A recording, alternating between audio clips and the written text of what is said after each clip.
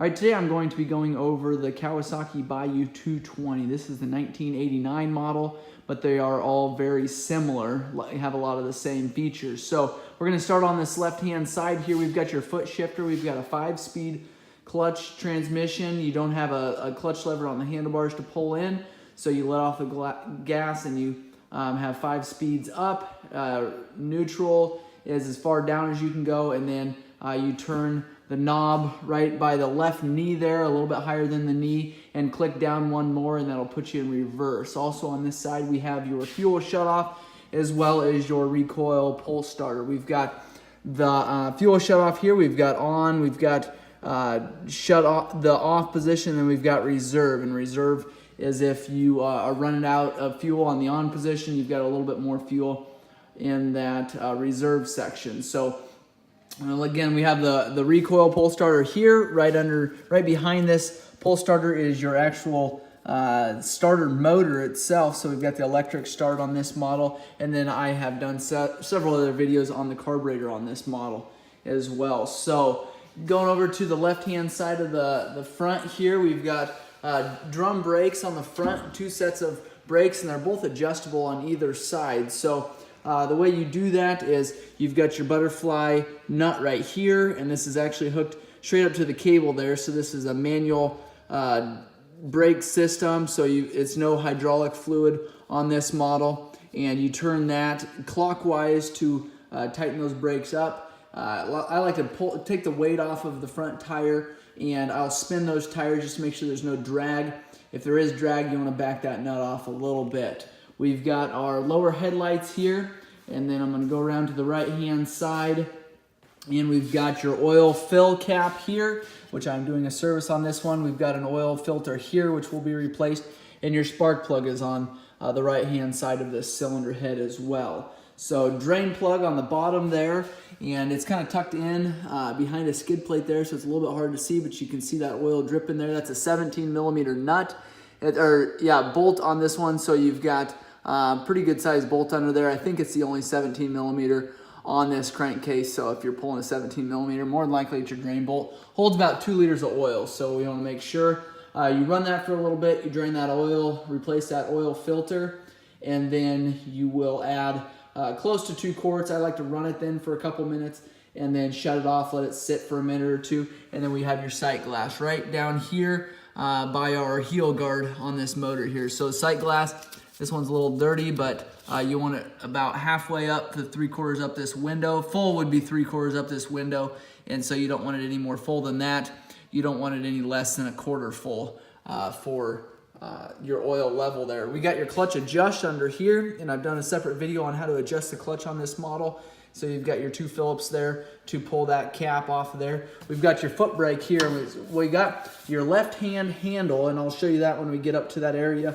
We'll go down, and behind this foot guard here, your cable will actually run right to here. So when you pull your left hand lever up at your handlebars, that'll actually pull this part of your brake lever and engaging your rear brakes there. Or if you pull this, it's doing the same thing, engaging this pivot point here and tightening up those brakes. So you've actually got a handful of different cables to replace if you're replacing all the brake lines on this model. And these have a tendency of those cables going bad, or at least filling up with dirt, and you got to clean those out periodically. So going back to the back side here, we've got an aftermarket exhaust on this model. It does not come stock with a silver exhaust pipe like this. And so this guy replaced his. It's a little bit louder. Actually, it's obnoxious loud. And so I suggest for any kind of closed areas or trail riding, you want to put the stock muffler back on. We've got the rear differential here, and the way you drain that, you've got a plug underneath of here, and you pull that. I believe that's an Allen head on this one. And then you've got your fill cap on top of your differential here. So let it drain. Use a heavy rear end oil. I like to use the 80/90 differential oil for these. And then you've got your fill bolt here, your check bolt here. So pull this bolt, install your drain plug there, pull this bolt, start putting oil in here. When it starts coming out this sight bolt here, then go ahead and put that sight bolt back in, put your cap back on, you're all set. So to adjust your rear brakes on this model, you got a butterfly nut right here. And same thing, I like to get this up in the air and spin this wheel. You don't want drag on this. You want to make sure there's a little bit of free play on the pedal there, so that if you're barely resting your toe on there, it's not continuing to engage your rear brakes there. Got a storage compartment here in the back underneath your rack there. Makes it a little bit of a challenge, but there is a lid that kind of fits in, tuck in here, and you've got 2 straps to hold those down. Here's your seat release here. It's kind of a 2-hand job. So you pull on this as well as lift up on the seat, and we've actually already kind of unlatched it. That way I wouldn't have to use both hands on this one. And go ahead and pull this seat here, and I'll show you a couple different things. We kind of have a wiring mess on this one, so don't pay any attention to that, but here is your starter relay, and you will have a starter relay on yours. We've got a battery, and the customer put the wrong size battery in here. It's a little bit bigger than what we need, but this one, I guess, works. So oil air filter here, you pull 4 clips that look like this here off, and we've got the air filter underneath of there. Replace this, or clean it at least every time you change your oil. And you've got a couple Phillips screws to pull off here. One on the side here, one right here to undo this clamp. That slides off. Then you've got a Phillips screw on the back here holding this metal plate on. You can slide this off, just kind of a cylinder-sized air filter there. Clean that off with air filter cleaner, and then reapply oil on that when you're going back together there. Now for our handlebars here, and I want to show you a couple other things electronic-wise with this machine. We've got your thumb throttle over here, and you've got a adjusting nut here, adjusting screw here. You don't ever want to adjust your idle using this screw. This is all simply just to adjust your free play in your thumb throttle there. So adjusting your idle is going to be down on your carburetor, and I'll show you how to do that. We've got your indicator lights here. We've got reverse and neutral, and you want to make sure if your electric start is working, you need to have this neutral light illuminated. So you want to make sure that those are working. You want to get a vent line on this cap here. It goes to a tube that runs into here, and all that is simply a vent line, and that this hole here is simply just to hold that vent tube into place so it isn't flying around everywhere. We've got a reminder of your shift pattern right here on the right hand side of this fuel tank cap, and then we've got your fuel level gauge here, which I would say 99% of these get so faded that you can't see what your fuel level is. Anyways, again, we've got your reverse lever here.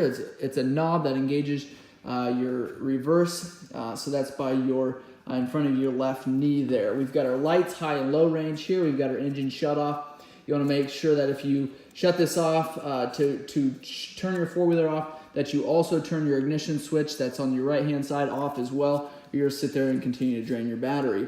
So make sure that that you turn the ignition switch off if you're using this as well. We've got your start button down here and your choke underneath there. So pull this lever towards the outside of your handlebars to choke your machine, let off, and put back to this position when you are riding your machine. We've got your rear brakes here and your parking lever here. Got an adjustment on this side here underneath this boot, and you turn it and pull it this way to tighten up your brakes. And you can see there that to engage your park brake, you pull this and then it hooks with these teeth there.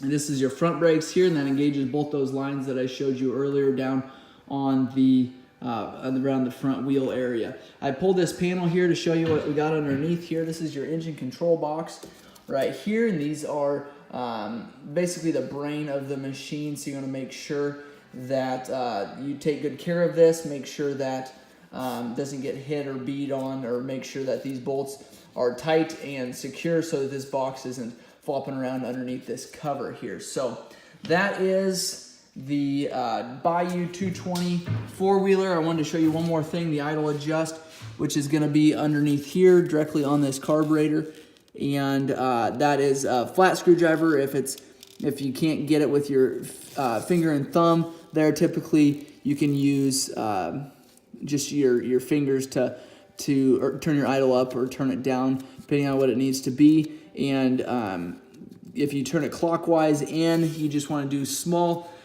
turns at a time, so just very, very small increments. That way you don't your idle isn't idling way too high. You want to make sure your four-wheeler is good and warmed up before you do that. So this is the review on the Kawasaki Bayou 220. If you've got questions or comments, make sure you leave those below. If there's videos that you want me to take of this machine or any other, make sure and let me know that. If you've liked this video, please share it. Please subscribe to my channel. Thanks for watching.